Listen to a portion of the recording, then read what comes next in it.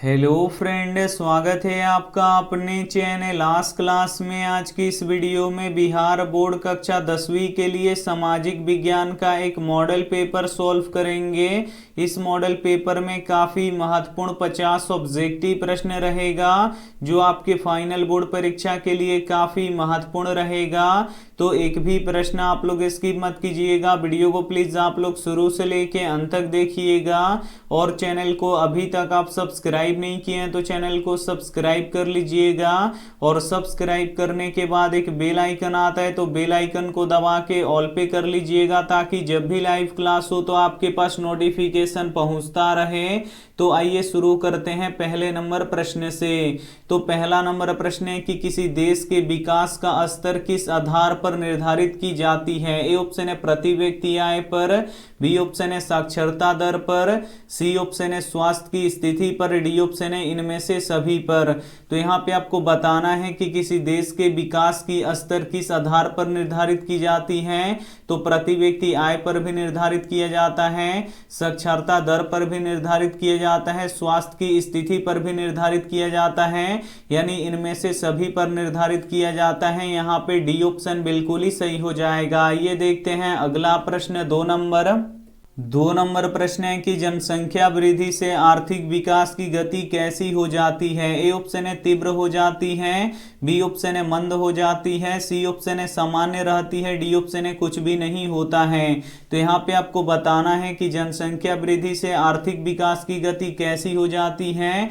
तो मंद हो जाती है, इसे आपको याद रखना है। यहाँ पे बी ऑप्शन बिल्कुल ही सही हो जाएगा। ये देखते हैं अगला प्रश्न तीन नंबर प्रश्न है कि निम्न में से कौन मिश्रित अर्थव्यवस्था के अंतर्गत आते हैं। ए ऑप्शन है निजी क्षेत्र, बी ऑप्शन है सार्वजनिक क्षेत्र, सी ऑप्शन है दोनों, डी ऑप्शन है इनमें से कोई नहीं। तो यहाँ पे आपको बताना है कि निम्न में से कौन मिश्रित अर्थव्यवस्था के अंतर्गत आते हैं। तो निजी क्षेत्र भी आता है, सार्वजनिक क्षेत्र भी आता है, यानी दोनों क्षेत्र आता है। तो यहाँ पे सी ऑप्शन बिल्कुल ही सही हो जाएगा। ये देखते हैं अगला प्रश्न चार नंबर प्रश्न है कि कौन सा देश विकसित अर्थव्यवस्था का उदाहरण है। ए ऑप्शन है भारत, बी ऑप्शन है अमेरिका, सी ऑप्शन है नेपाल, डी ऑप्शन है पाकिस्तान। तो यहाँ पे आपको बताना है कि कौन सा देश विकसित अर्थव्यवस्था का उदाहरण है। तो अमेरिका है, इसे आपको याद रखना है। यहाँ पे बी ऑप्शन बिल्कुल ही सही हो जाएगा। ये देखते हैं अगला प्रश्न पांच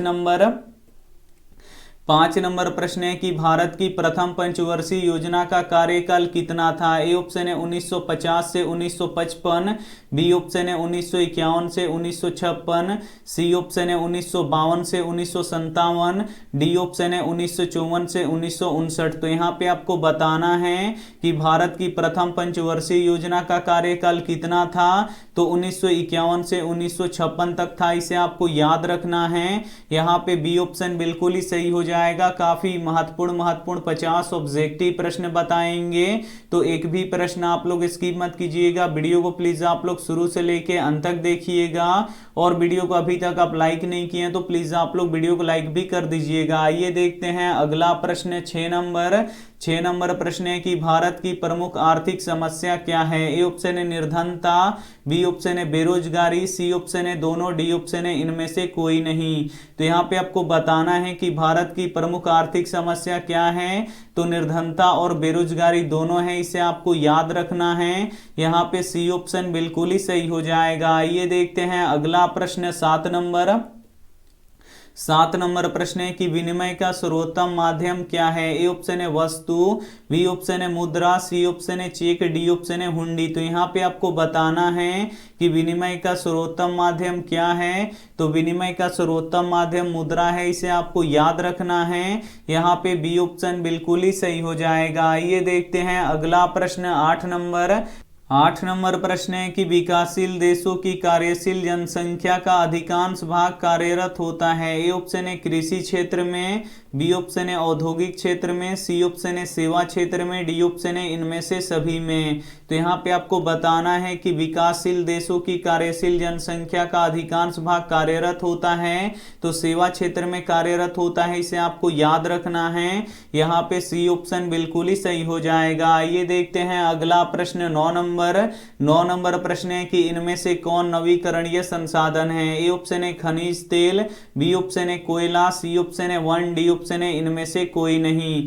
तो यहाँ पे आपको बताना है कि इनमें से कौन नवीकरणीय संसाधन है। तो जो वन है ये नवीकरणीय संसाधन है, इसे आपको याद रखना है। यहाँ पे सी ऑप्शन बिल्कुल ही सही हो जाएगा। ये देखते हैं अगला प्रश्न 10 नंबर प्रश्न है कि कृषि कार्य के लिए भारत की कौन सी मिट्टी सबसे अधिक महत्वपूर्ण है। ए ऑप्शन है काली मिट्टी, बी ऑप्शन है लाल मिट्टी, सी ऑप्शन है जलोढ़ मिट्टी, डी ऑप्शन है पहाड़ी मिट्टी। तो यहाँ पे आपको बताना है कि कृषि कार्य के लिए भारत की कौन सी मिट्टी सबसे अधिक महत्वपूर्ण है। तो जलोढ़ मिट्टी सबसे अधिक महत्वपूर्ण है, इसे आपको याद रखना है। यहाँ पे सी ऑप्शन बिल्कुल ही सही हो जाएगा। ये देखते हैं अगला प्रश्न 11 नंबर प्रश्न है कि इनमें से कौन उत्तराखंड का अभ्यारण्य है। ए ऑप्शन है कार्बेट, बी ऑप्शन है कान्हा, सी ऑप्शन है शिवपुरी, डी ऑप्शन है रणथंभौर। तो यहाँ पे आपको बताना है कि इनमें से कौन उत्तराखंड का अभ्यारण्य है। तो कार्बेट है, इसे आपको याद रखना है। यहाँ पे ए ऑप्शन बिल्कुल ही सही हो जाएगा। ये देखते हैं अगला प्रश्न 12 नंबर प्रश्न है कि इनमें से कौन वन्य जीव नहीं है। ए ऑप्शन है भेड़िया, बी ऑप्शन है भालू, सी ऑप्शन है हाथी, डी ऑप्शन है गाय। तो यहाँ पे आपको बताना है कि इनमें से कौन वन्य जीव नहीं है। तो गाय वन्य जीव नहीं है, इसे आपको याद रखना है। यहाँ पे डी ऑप्शन बिल्कुल ही सही हो जाएगा। ये देखते हैं अगला प्रश्न 13 नंबर प्रश्न है कि पृथ्वी पर किस खनिज की प्रधानता है। ए ऑप्शन है धात्विक, बी ऑप्शन है अधात्विक, सी ऑप्शन है कार्बनिक, डी ऑप्शन है इनमें से सभी। तो यहाँ पे आपको बताना है कि पृथ्वी पर किस खनिज की प्रधानता है। तो धात्विक खनिज की प्रधानता है, इसे आपको याद रखना है। यहाँ पे ए ऑप्शन बिल्कुल ही सही हो जाएगा। ये देखते हैं अगला प्रश्न 14 नंबर प्रश्न है कि रानीगंज कोयला क्षेत्र किस राज्य में है। ए ऑप्शन है झारखंड में, बी ऑप्शन है पश्चिम बंगाल में, सी ऑप्शन है कर्नाटक में, डी ऑप्शन है मध्य प्रदेश में। तो यहाँ पे आपको बताना है कि रानीगंज कोयला क्षेत्र किस राज्य में है। तो ये पश्चिम बंगाल में है, इसे आपको याद रखना है। यहाँ पे बी ऑप्शन बिल्कुल ही सही हो जाएगा। इस मॉडल पेपर में काफी महत्वपूर्ण सामाजिक विज्ञान के 50 ऑब्जेक्टिव प्रश्न बताएंगे। तो एक भी प्रश्न आप लोग स्किप मत कीजिएगा। वीडियो को प्लीज आप लोग शुरू से लेके अंत तक देखिएगा। और वीडियो को अभी तक आप लाइक नहीं किए तो प्लीज आप लोग वीडियो को लाइक भी कर दीजिएगा। आइए देखते हैं अगला प्रश्न 15 नंबर प्रश्न है कि डिगबोई तेल क्षेत्र किस राज्य में स्थित है। ए ऑप्शन है असम में, बी ऑप्शन है गुजरात में, सी ऑप्शन है केरल में, डी ऑप्शन है आंध्र प्रदेश में। तो यहाँ पे आपको बताना है कि डिगबोई तेल क्षेत्र किस राज्य में स्थित है। तो ये असम राज्य में स्थित है, इसे आपको याद रखना है। यहाँ पे ए ऑप्शन बिल्कुल ही सही हो जाएगा। ये देखते हैं अगला प्रश्न 16 नंबर प्रश्न है कि पंजाब किस फसल का प्रमुख उत्पादक है। ए ऑप्शन है बाजरा का, बी ऑप्शन है धान का, सी ऑप्शन है चाय का, डी ऑप्शन है गेहूं का। तो यहाँ पे आपको बताना है कि पंजाब किस फसल का प्रमुख उत्पादक है। तो गेहूं का प्रमुख उत्पादक राज्य है, इसे आपको याद रखना है। यहाँ पे डी ऑप्शन बिल्कुल ही सही हो जाएगा। ये देखते हैं अगला प्रश्न 17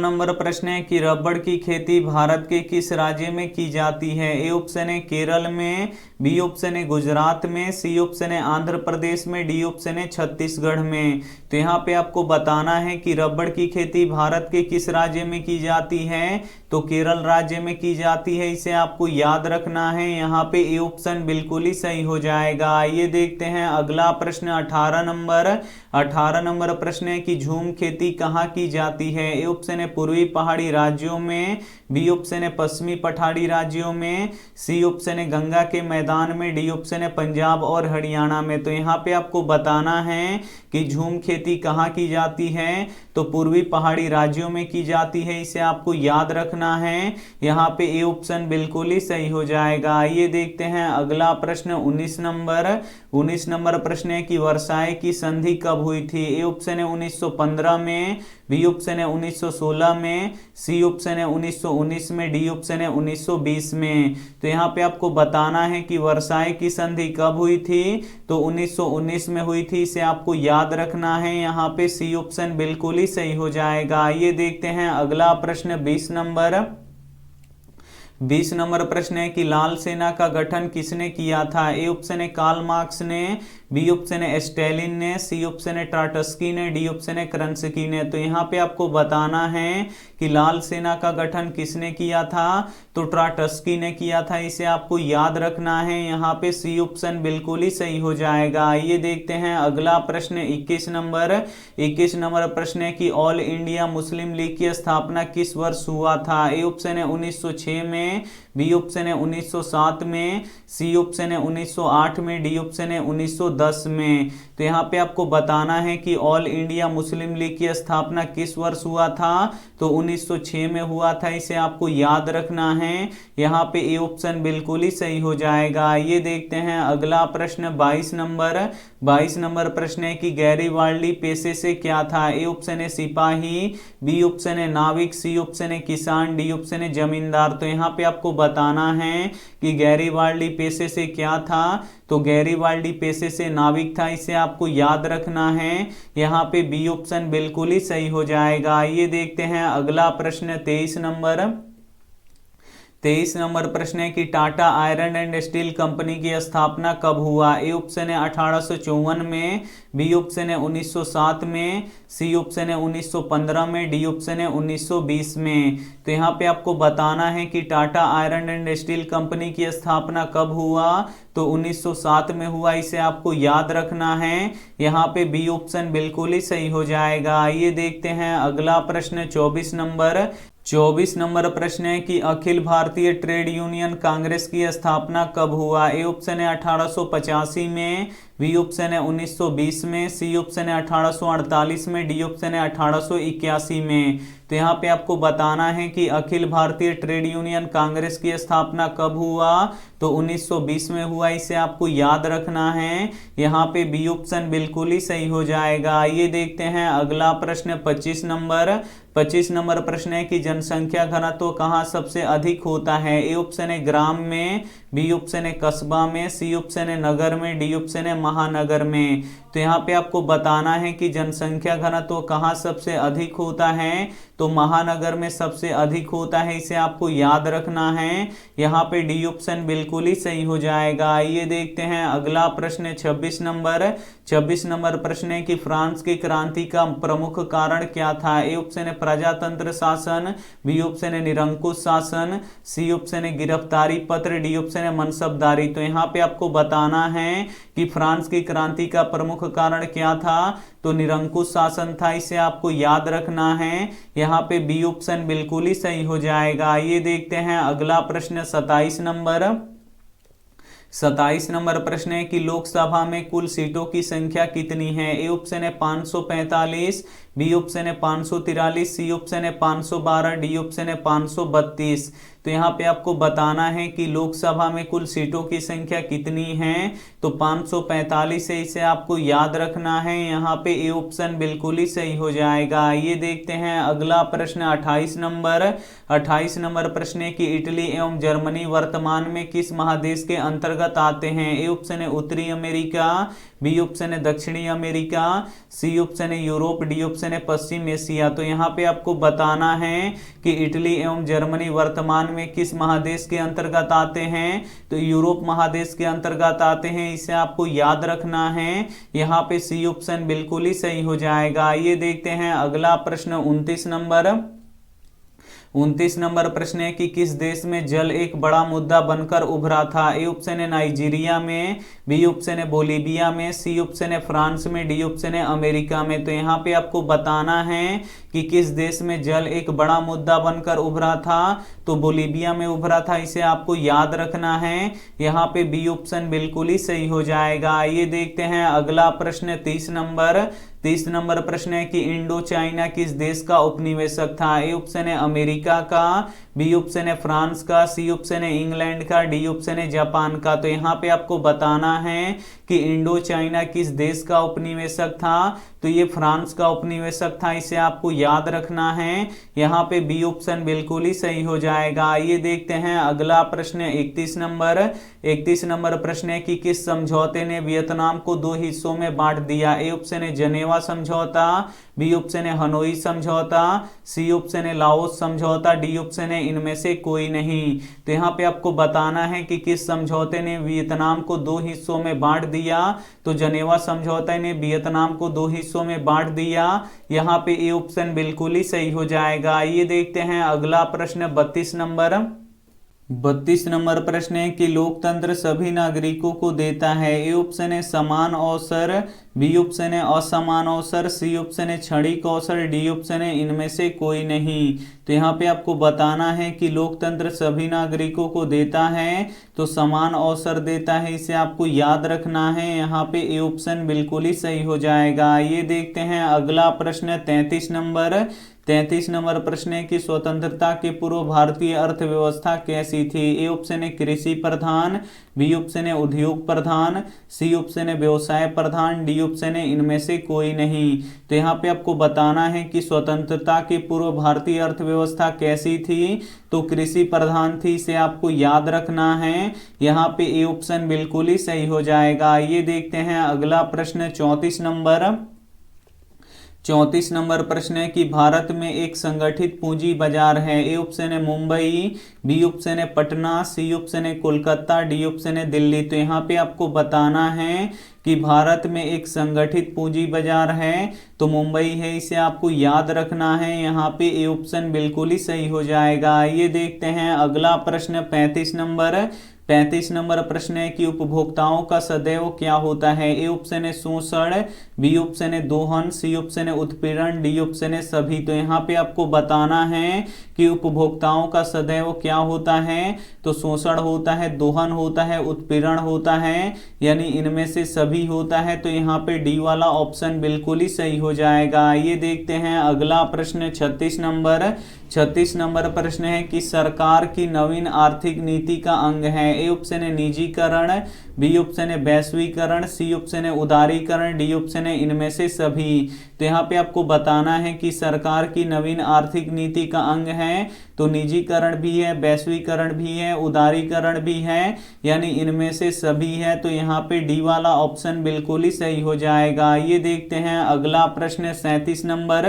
37 नंबर प्रश्न है कि भारत के सेवा क्षेत्र को कितने भागों में बांटा जा सकता है। ए ऑप्शन है 2, बी ऑप्शन है 4, सी ऑप्शन है 6, डी ऑप्शन है 8। तो यहाँ पे आपको बताना है कि भारत के सेवा क्षेत्र को कितने भागों में बांटा जा सकता है, तो 2 भागों में बांटा जा सकता है। यहाँ पे ए ऑप्शन बिल्कुल ही सही हो जाएगा। ये देखते हैं अगला प्रश्न 38 नंबर।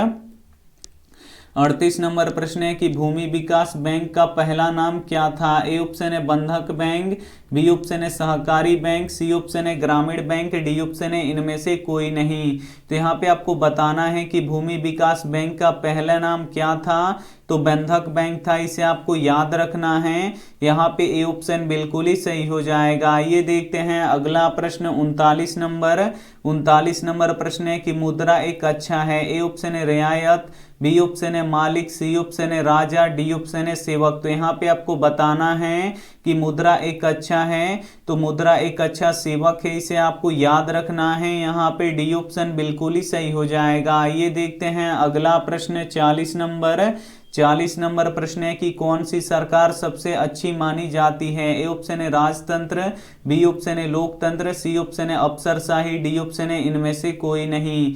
तो यहाँ पे आपको बताना है कि कौन सी सरकार सबसे अच्छी मानी जाती है, तो लोकतंत्र की सरकार सबसे अच्छी मानी जाती है। यहाँ पे बी ऑप्शन बिल्कुल ही सही हो जाएगा। ये देखते हैं अगला प्रश्न 41 नंबर।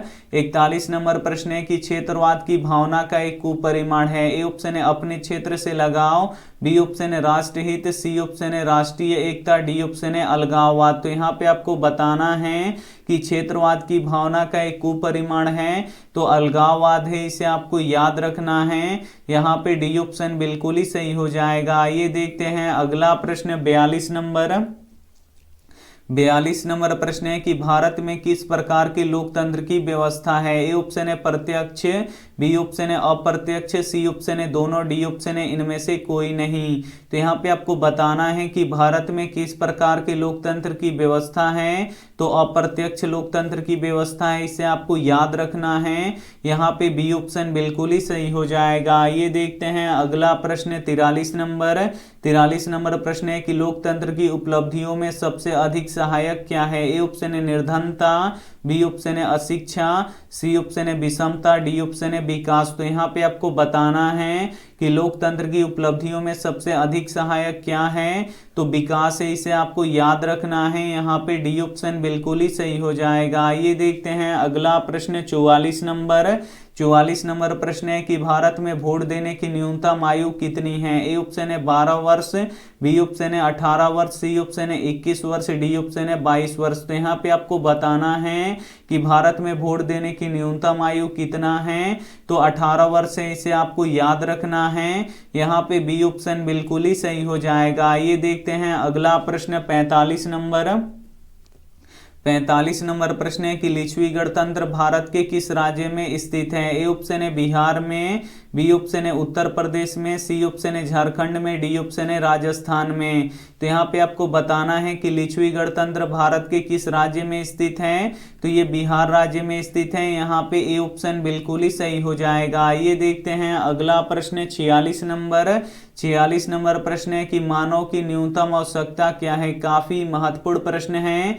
यहाँ पे आपको बताना है कि मानव की न्यूनतम आवश्यकता क्या है? तो रोटी, कपड़ा और मकान है, इसे आपको याद रखना है। यहाँ पे ए ऑप्शन बिल्कुल ही सही हो जाएगा। आइए देखते हैं अगला प्रश्न 47 नंबर प्रश्न है कि एटीएम से पैसे निकाला एवं जमा किया जा सकता है। ए ऑप्शन है 24 घंटे, बी ऑप्शन है 6 घंटे, सी ऑप्शन है 12 घंटे, डी ऑप्शन है 9 घंटे। तो यहाँ पे आपको बताना है कि एटीएम से पैसे निकाला एवं जमा किया जा सकता है। तो 24 घंटे पैसे आप निकाल सकते हैं और जमा भी कर सकते हैं। यहाँ पे ए ऑप्शन बिल्कुल ही सही हो जाएगा। आइए देखते हैं अगला प्रश्न 48 नंबर प्रश्न है कि नगर निगम के प्रधान को क्या कहा जाता है? ए ऑप्शन है निगम अध्यक्ष, बी ऑप्शन है महापौर, सी ऑप्शन है जिला अध्यक्ष, डी ऑप्शन है मुख्यमंत्री। तो यहाँ पे आपको बताना है कि नगर निगम के प्रधान को क्या कहा जाता है? तो महापौर कहा जाता है, इसे आपको याद रखना है।